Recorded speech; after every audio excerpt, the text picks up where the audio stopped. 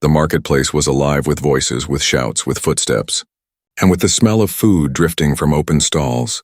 Humans bargained, laughed, and called out prices. Children ran between carts, their small hands holding fruit or bread. The sound of life filled the air, but in the middle of it 3 figures stood still. They did not laugh, they did not bargain. They did not move with joy. They were 3 alien widows. Their clothes were torn, patched too many times, their faces were pale, marked by hunger and sorrow. Each of them carried a small wooden sign written in shaky letters of the human language. The sign said only one thing: "Please, we need work." Beside them, in the shadow of an old wall, small alien children sat on the ground. Their eyes were large, shining with fear and hope. The children held each other, whispering softly, their stomachs empty. The widows looked around the market, hoping for kindness, but people walked past without a glance. Some turned their heads away quickly. As if looking at them was a shame, others sneered, muttering cruel words under their breath. "They don't belong here," one man hissed. "They are just beggars, parasites." Trouble waiting to happen? A woman holding a basket pulled her child closer and whispered, "Stay away from them, they are dangerous." The widows lowered their heads.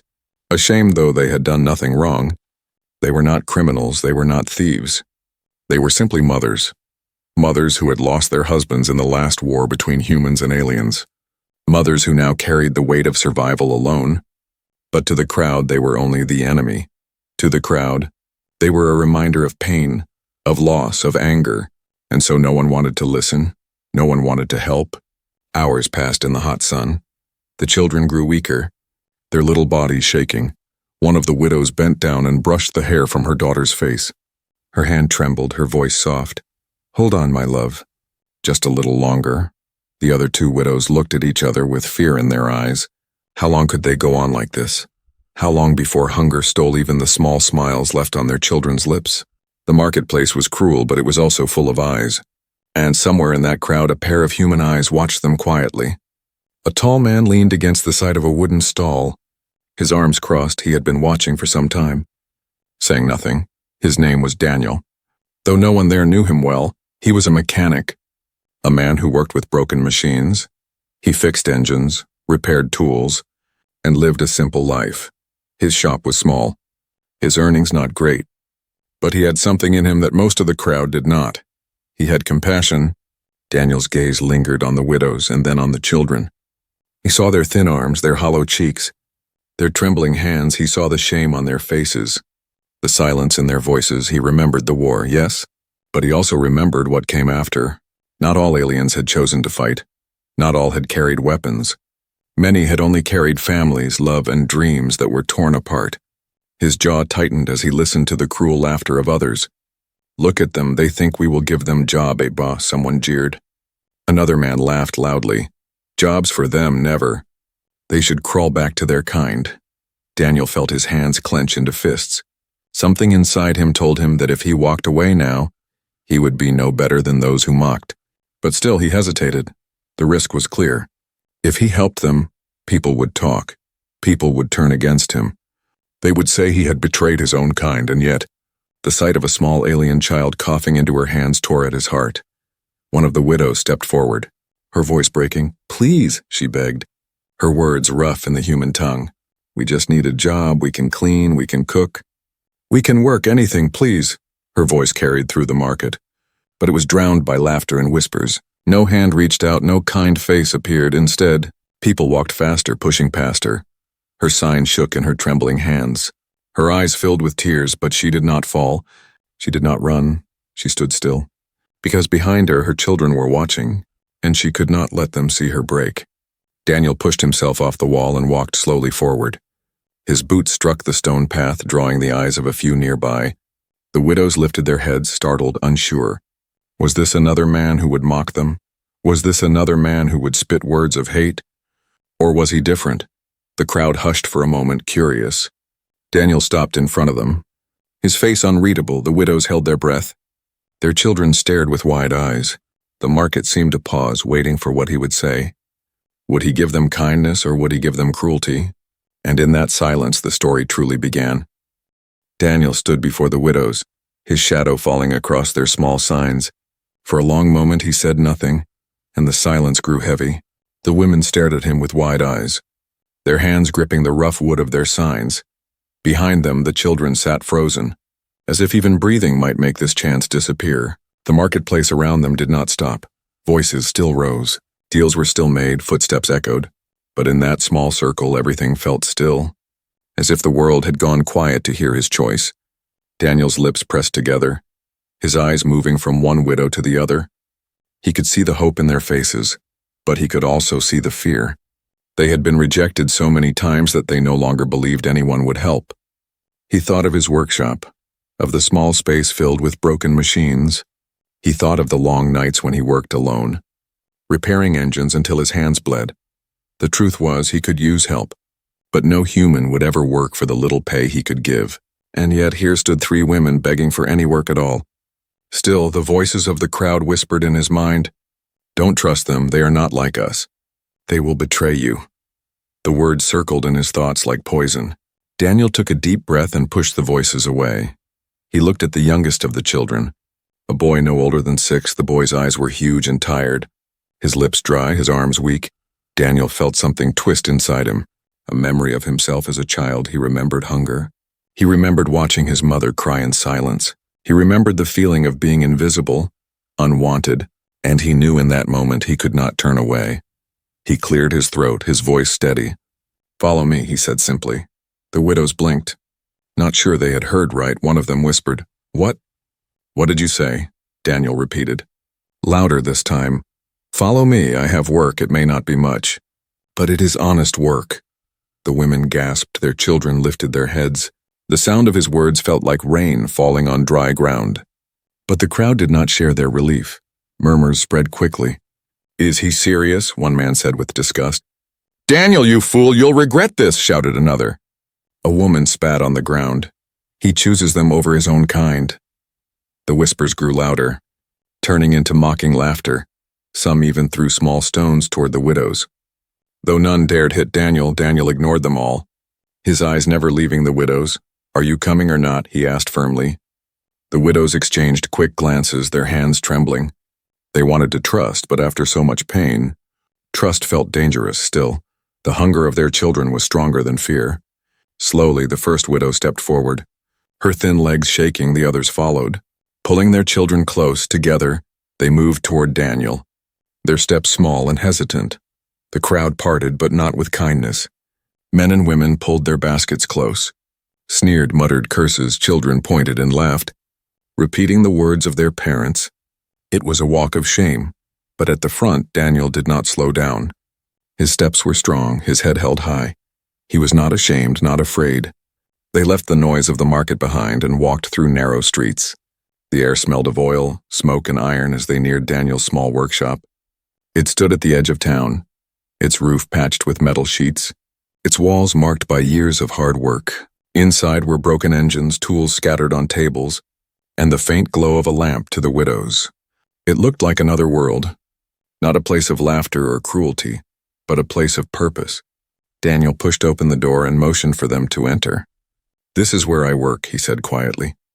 "You want a job? Then prove yourselves here." The widows exchanged nervous looks. Unsure what to say, they stepped inside, their children clinging to their skirts. Daniel walked to a table and picked up a box filled with rusted bolts and screws. "Start with this," he said, placing it in front of them. "Sort them by size, clean them. I will pay you at the end of the day." The women nodded quickly, relief and fear mixing on their faces. They sat down and began working with shaking hands. It was not grand work, it was not easy work, but it was honest work. For the first time in months, they were not beggars, they were workers. Daniel leaned against the wall, watching them carefully. He saw the way their fingers moved fast, the way their eyes stayed focused. They did not complain. They did not ask questions, they only worked. As if afraid this chance might vanish, the children sat quietly in the corner. Whispering softly, Daniel could not hear their words, but he saw their small smiles. He realized he had not seen those smiles in the market. He realized that his choice, though risky, was already changing something. Still, the voice of doubt lingered. The town would not stay silent, he knew. The whispers would spread. The anger would grow by taking in these widows. He had made himself their shield. He looked at the children once more, their eyes bright even in the dim light of the workshop. Daniel tightened his jaw. Whatever came, he would face it. He had made his decision, and he would not turn back. And so, the story of one human and 3 alien widows truly began, not in the market, but in a small workshop at the edge of town. The morning light crept through the cracks of Daniel's workshop. The widows sat on the floor where they had worked the night before, their children curled beside them like small shadows. It had been the first night in weeks that the children slept without crying from hunger. Daniel had given them bread, nothing more, but to them it had felt like a feast. Now, as the sun rose, the workshop came alive with the sound of tools, the smell of oil, and the promise of labor. Daniel walked across the room, his boots heavy against the wooden boards. He looked at the widows who stood nervously, waiting for instructions. Their eyes carried both fear and determination, as if they knew this chance could vanish if they failed. "Today we work," Daniel said simply, his voice steady. "You will clean. You will help me with the smaller tasks. You will learn as you go." The women nodded quickly, their children watching silently from the corner. Daniel handed one widow a rag and pointed to the dusty shelves. "You, wipe the tools and place them in order." He turned to the second widow and gave her a small brush. "You, clean the gears and bolts. Put them into separate boxes." The third widow he led toward a heavy machine covered in soot. "You will help me scrub this. It has not been cleaned in months." The widows bowed their heads and began their work without hesitation. The hours passed, and the sound of their effort filled the shop. The scrape of brushes against rust, the soft clink of bolts being sorted, the swish of cloth across metal. Daniel moved among them, checking their progress, showing them how to hold the tools, correcting their mistakes gently. He was surprised by how fast they learned, though their hands were thin and their bodies weak. They worked with focus and energy. Every small task was done with care, every corner cleaned with precision. It was as if they were pouring their souls into each movement. Outside, however, the world had not forgotten. Neighbors passed by the workshop and peered through the open window. They saw the alien widows bent over Daniel's tables, their children huddled near the door. Whispers spread quickly. "He really let them in," someone said. "He is making them part of his shop." Another spat. Some shook their heads with pity, others with anger. It was not only curiosity that lingered outside. It was disapproval. Inside, Daniel ignored the shadows at the windows. He focused on the work, on the rhythm of effort, on the strange peace that came with it. At midday, he paused and gave the widows water. Their hands trembled as they took the cups, as if they had forgotten what it felt like to be offered something freely. The children drank greedily, their small bodies filling with energy. Daniel watched them, and a thought crossed his mind. How fragile they looked, and yet how much strength was hidden in their silence. Later in the afternoon, Daniel began repairing a small engine. The widows gathered near, watching with wide eyes. He showed them how the gears fit together, how the wires connected. One of them, braver than the rest, asked in a quiet voice, "May I try?" Daniel raised a brow but handed her a small wrench. Her hands shook at first, but soon she tightened a bolt with careful precision. Daniel nodded. "Good. You learn fast." Her face lit up for the first time, a small spark of pride breaking through the layers of sorrow. The children, too, grew restless and curious. One boy crept closer and touched a pile of screws, rolling them in his palm. Daniel crouched down and handed him a small toy made from spare parts. The boy's eyes widened and a smile spread across his thin face. It was the first real smile Daniel had seen since the market. The widows looked at him with tears, whispering thanks in broken words, but outside, the whispers turned into murmurs of anger. A group of men stood together watching the workshop with narrow eyes. "They are laughing now," one muttered. "They are taking our jobs." "They are taking our trust," another added. Though the widows only cleaned and learned, the town saw betrayal. The seeds of resentment were being planted, and Daniel knew it. Yet when he looked back at the widows, bent in hard labor, he felt no regret by the evening. The workshop shone brighter than it had in months. The tools were clean, the shelves organized, the machines scrubbed until their metal gleamed. The widows stood tired but proud, their hands blackened with oil, their clothes stained with dust. Daniel handed them small coins. "This is your pay," he said simply. The women stared at the money with disbelief, their eyes filling with tears. It was not much, but it was more than pity. It was respect. It was dignity. They bowed their heads deeply, whispering words of gratitude. Their children clutched the coins with wonder. Already dreaming of food for the night? For the first time since their husbands' deaths, they felt like they had a place. Not as beggars, not as outsiders, but as workers. But Daniel knew the road ahead would not be easy. The town was watching, the rumors were spreading, and shadows of hatred were already moving against them.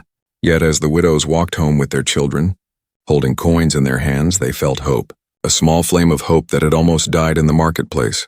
And Daniel, standing at the door of his workshop, felt something stir inside him too. He did not know what the future would bring, but he knew this. Their first day of work was only the beginning. The workshop looked brighter now. The tools arranged neatly, the machines shining. The widows had worked hard, their children smiling again with bread in their hands. For a short time, it felt like life was finally giving them peace.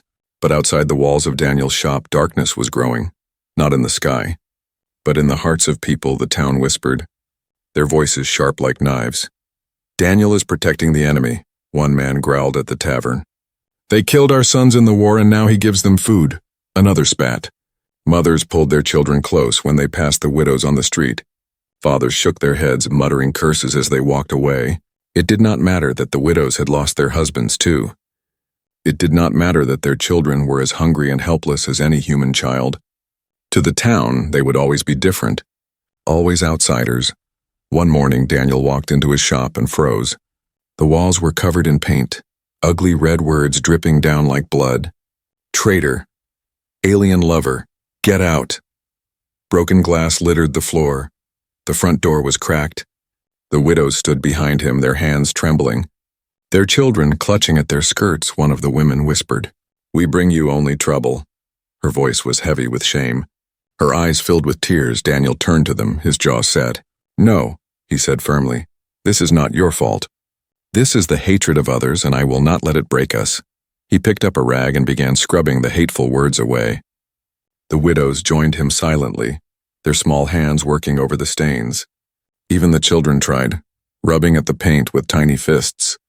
By evening, the marks were gone, though the cracks in the wood remained. Daniel looked at the faces around him, tired but strong. "They want us to give up," he said softly, "but we will not." The widows nodded, though fear still lingered in their eyes. Days passed, and the prejudice grew heavier. Customers who once brought machines to Daniel now stayed away. Some crossed the street to avoid him. Others shouted cruel words as they walked past his door. Business slowed, coins grew fewer, but Daniel did not send the widows away. Instead, he trained them further, teaching them to polish gears, to tighten bolts, even to assist in repairs. They listened closely, eager to prove themselves, eager to show the world they were not useless. But the town refused to see their effort one evening. As the widows walked home with their children, a group of young men blocked their path. "Go back to your kind," one shouted. His eyes full of hate, another threw a stone. It hit the ground near the children, making them scream. The widows shielded their little ones, holding them close, their own bodies trembling. They did not fight back. They only lowered their heads and walked away quickly. The men laughed cruelly, their voices echoing through the street. The children cried that night, their small voices shaking the walls of Daniel's workshop. Daniel listened to them and felt anger burning in his chest. He wanted to fight the whole town, to make them see the truth. But he knew fists would not change hearts. Instead, he promised the widows, "You are safe here no matter what they say, no matter what they do." His words gave them courage, though the shadows of fear never fully left. One night the darkness came again, sharper than before. Daniel was woken by a strange smell, the sharp, bitter scent of smoke. He rushed to the window and saw flames licking at the edge of his workshop. Someone had thrown burning wood against the wall. Trying to set it alight, the widows ran to protect their children. Fear in their cries, Daniel grabbed a bucket, shouting for them to help. Together, they formed a desperate line, passing water from the pump, beating the flames with wet cloth. The fire hissed and spat, but their courage was stronger. By dawn, the flames were gone. Only black scars remained on the wood. Exhausted, the widows sank to the ground. Their hands blistered, their faces streaked with ash. One whispered, "Why do they hate us so much?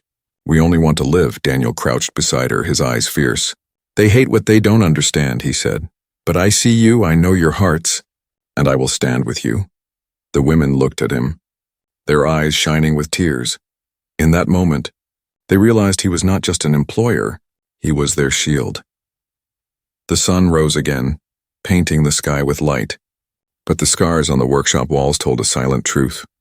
The town was not done, the hatred was not finished, and yet inside that small shop something stronger was growing. Trust, courage, and a bond forged in fire. The widows were no longer just workers, they were part of Daniel's fight, and though shadows of prejudice still darkened the streets, the light inside the workshop had begun to shine brighter than ever.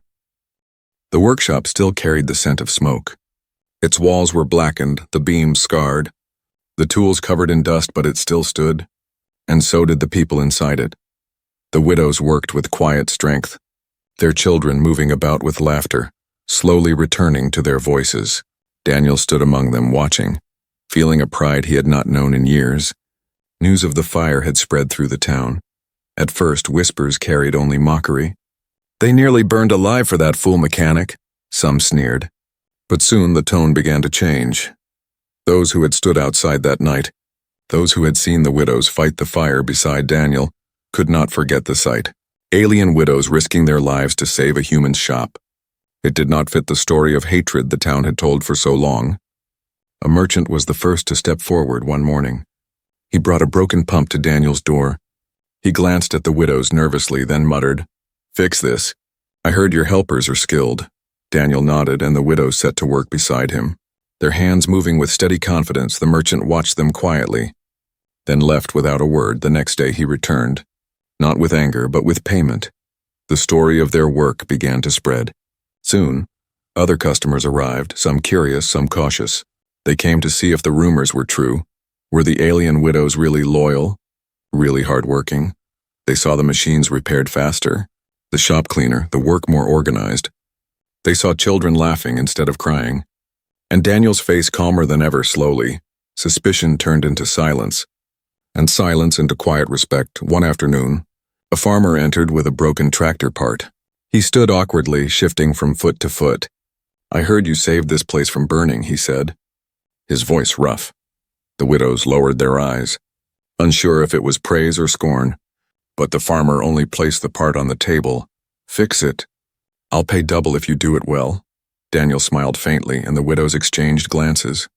It was not kindness yet, but it was recognition, and that was more than they had ever hoped for. The widows worked harder than ever, their fingers quick, their eyes sharp.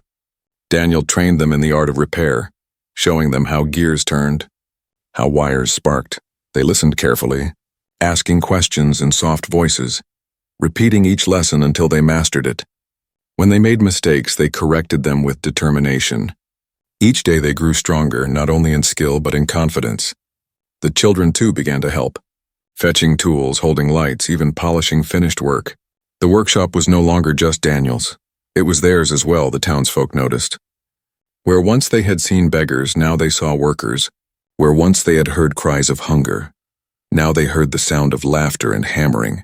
Bit by bit, respect was earned, not by words or promises, but by sweat and loyalty. One evening, as the sun painted the sky red, Daniel closed the shop early. The widows and their children sat outside sharing bread he had bought.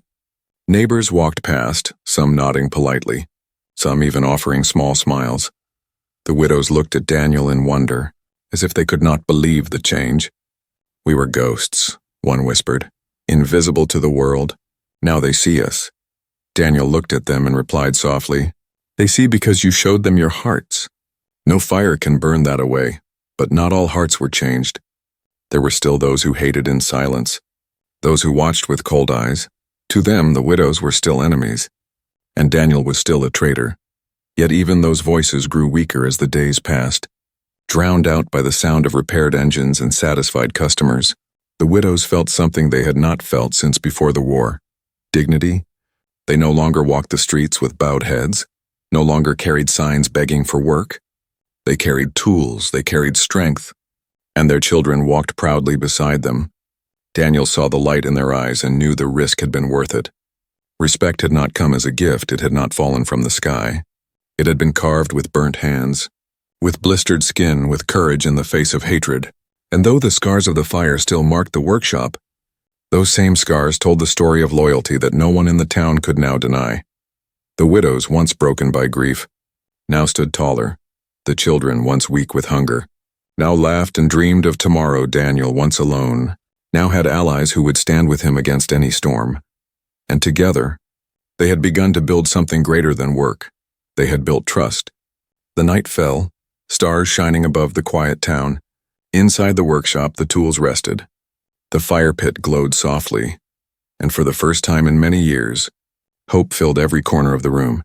The seasons changed, the cold winds of winter faded, and spring touched the town with warmth. The workshop stood strong despite the scars of fire and hate. Its walls no longer whispered of fear, but carried the sound of hammers, laughter, and hope. The widows moved with confidence now, their steps steady, their hands skilled. Their children ran freely, no longer shadows hiding in corners, but bright voices filling the air. Daniel watched it all with quiet pride. He remembered the day he had first seen them in the market.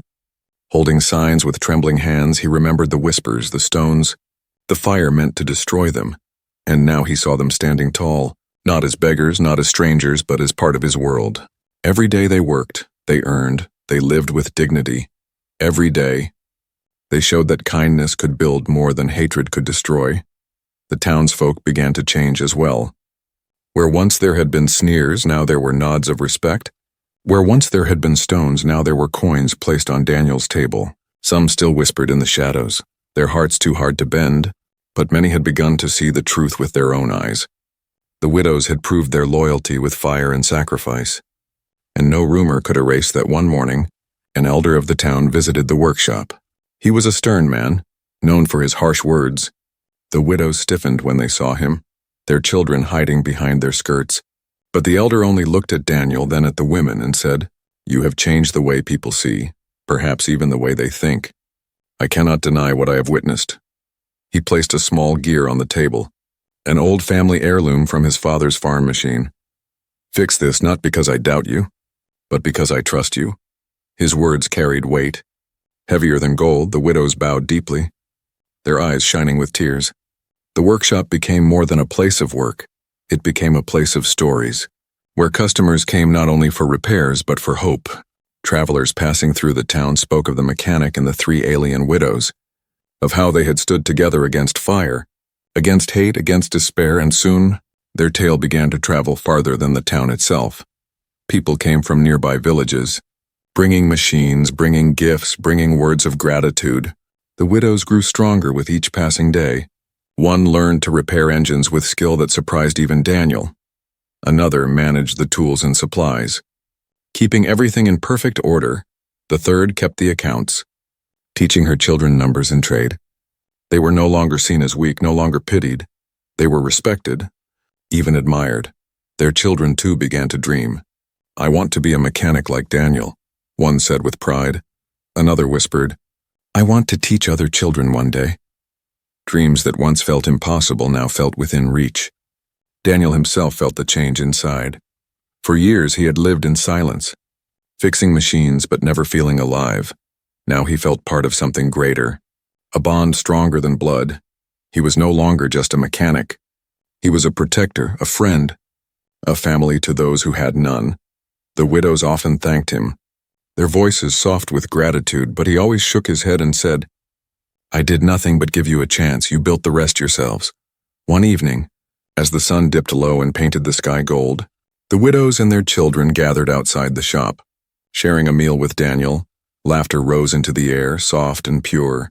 For the first time in a long time, they felt not fear, not sorrow, but peace. Neighbors walked past and smiled, some even waving. The sight of humans and aliens sharing bread had once seemed impossible. Now it was becoming normal. Daniel leaned back, watching the faces lit by the fading light. He thought of the journey, of the market, of the fire, of the long nights of doubt, and now here they were, stronger than ever, together. The widows caught his gaze and nodded, their eyes saying what words could not. They would never forget what he had done. They would never leave his side. Their loyalty was unbreakable, their gratitude endless. The children's laughter filled the street. Carrying farther than the walls of the town, it was the sound of a new beginning. A beginning not born of hatred, not born of war, but of kindness and courage.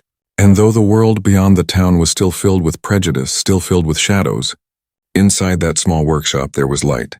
A light strong enough to guide others, a light that proved humanity's greatest strength was not power, it was compassion. The story of one human and 3 alien widows was no longer just a tale of survival. It was a story of change, a story of hope, a story of how one choice could shape many lives. And as the stars appeared in the sky above, their journey together had only just begun.